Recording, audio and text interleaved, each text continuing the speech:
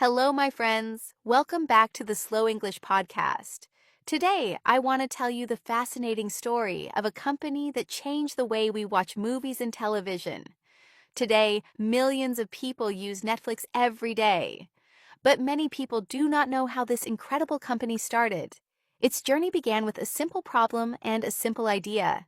Are you ready? Let's learn together. The story of Netflix began in 1997 in California, United States.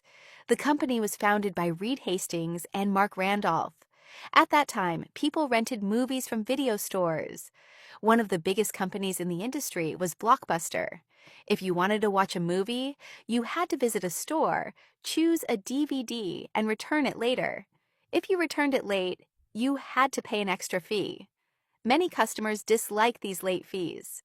According to a popular story, Reed Hastings became frustrated after paying a late fee for a rented movie. This experience inspired him to think about a better way to rent films. Together with Mark Randolph, he launched Netflix. At first, Netflix was very different from the company we know today. Customers visited the Netflix website, selected a DVD, and received it by mail.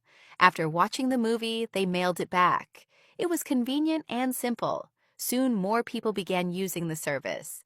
The company continued to grow. However, the founders knew that technology was changing quickly. Internet connections were becoming faster. People wanted entertainment that was easier to access. Netflix saw an opportunity.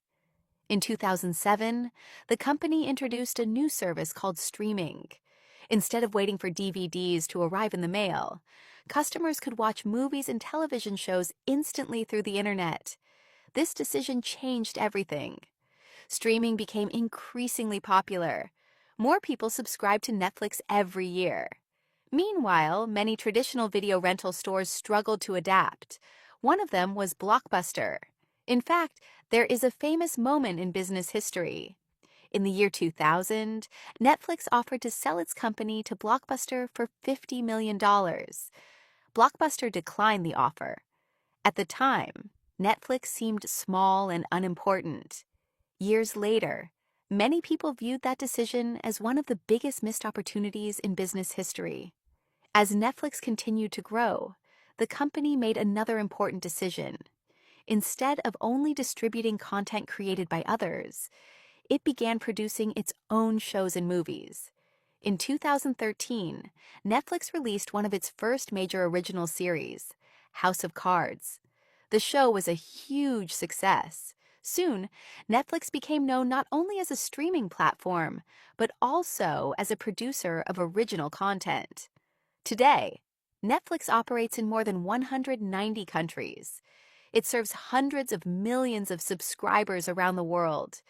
Its platform offers movies, documentaries, television series, and original productions in many languages. The company transformed the entertainment industry and changed how people consume content. The story of Netflix teaches us an important lesson. Successful companies are often willing to adapt and embrace change. Netflix started as a DVD by mail service, but it recognized new opportunities and reinvented itself multiple times. Without those changes, it might not exist today. Thank you for listening to today's story. What do you usually watch on Netflix? Let me know in the comments. And remember, the companies that adapt are often the ones that survive. See you in the next episode.